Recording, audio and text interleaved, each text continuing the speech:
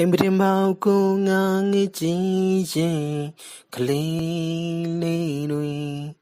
ကြောင်းသွားရမြင်တော့ငယ်တုန်းကတို့တွေပြေးလွှာကြောင်းတက်ခဲ့တဲ့ဆယ်ရန်ကြောင်းသာ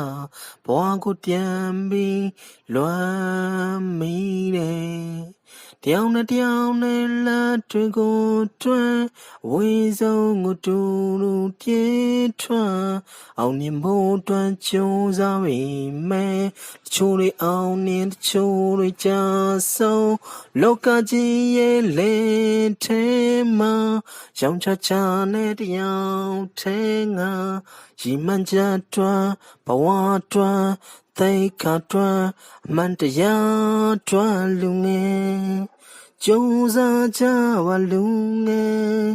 ရုံသားမှုရရှိတယ်မင်းတို့ငါတို့တိုင်းဝိုင်းကြ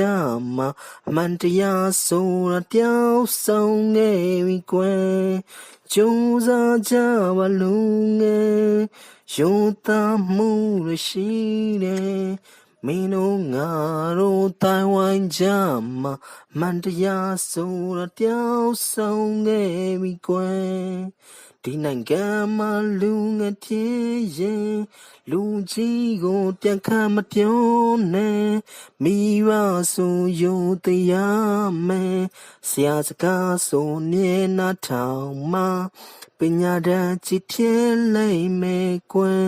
ဖြစ်ချင်တာတွေဘတော်မလုံးနဲ့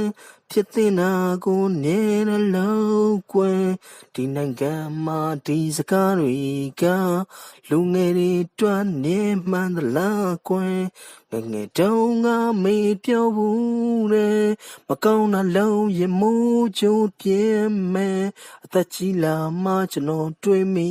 တာတရားမင်းကြီးကလက်မတဲဘူးကွယ်အရရောင်နဲ့ဦးလေးပါစီတိုင်းလုံးကနှစ်စီရန်ချမ်းသာသည်မိဘလုံးချွေးမောင်ကန်ကောင်းလေမိုးကြိုးပြင်းကဆုံးသွားပါပြီလောကပါလာတရားတွေထဲမှာဓမ္မနဲ့အာဓမ္မရှိသည်ဒီနိုင်ငံငါတိုင်းဝန်းကြမှာဓမ္မတရားသည်နှစီလုံးနေသည်ကြိုးစားကြပါလူငယ်ရိုးသားမှုရရှိတယ်မင်းတို့ငါတို့တိုင်းဝိုင်းကြမှာမန်တရားဆိုတာတယောက်ဆုံးခဲ့ပြီကွယ်